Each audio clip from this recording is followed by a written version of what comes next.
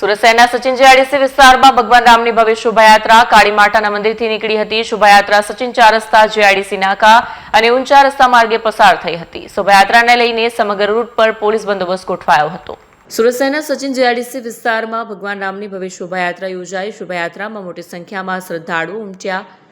ભગવાન રામના દર્શન કરીને ધાર્મિક ઉલ્લાસ સાથે જયઘોષ કર્યો। આયોજકે જણાવ્યું કે શાંતિ અને સુવ્યવસ્થિત રીતે શોભાયાત્રા સંપન્ન થાય તે માટે જરૂરી વ્યવસ્થા કરવામાં આવી હતી। પોલીસ વહીવટી તંત્ર દ્વારા ટ્રાફિક વ્યવસ્થા પણ સુદૃઢ બનાવવામાં આવી હતી, જેથી લોકોને કોઈ અસુવિધા ન થાય। શોભાયાત્રા દરમિયાન ભક્તોમાં ભારે ઉત્સાહ જોવા મળ્યો હતો। શોભાયાત્રા સમાપન થયા બાદ સ્થાનિકોએ વ્યવસ્થાપન માટે વહીવટી તંત્રનો આભાર માન્યો હતો।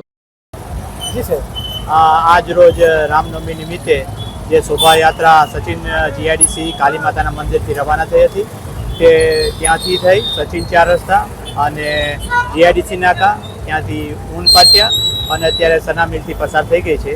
આગળ છે કે આ જે શોભાયાત્રા છે તે રેલવે સ્ટેશન ભેગી થશે અને ત્યાંથી મોટી રેલી સ્વરૂપે નીકળનાર છે। અત્યારે બેસ્તાન સચિન જીઆઈડીસી વિસ્તારમાં પૂરતો બંદોબસ્ત રાખેલો છે।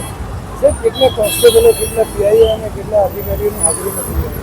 અત્યારે ટોટલ 150 કર્મચારીઓ, 10 પીએસઆઈ, 4 પીઆઈ અને 2 એસીપી અને 1 ડીસીપીની હાજરીમાં બંદોબસ્ત રાખવામાં આવેલો છે। આ રેલીમાં આશરે કેટલા લોકો જોડાયા છે?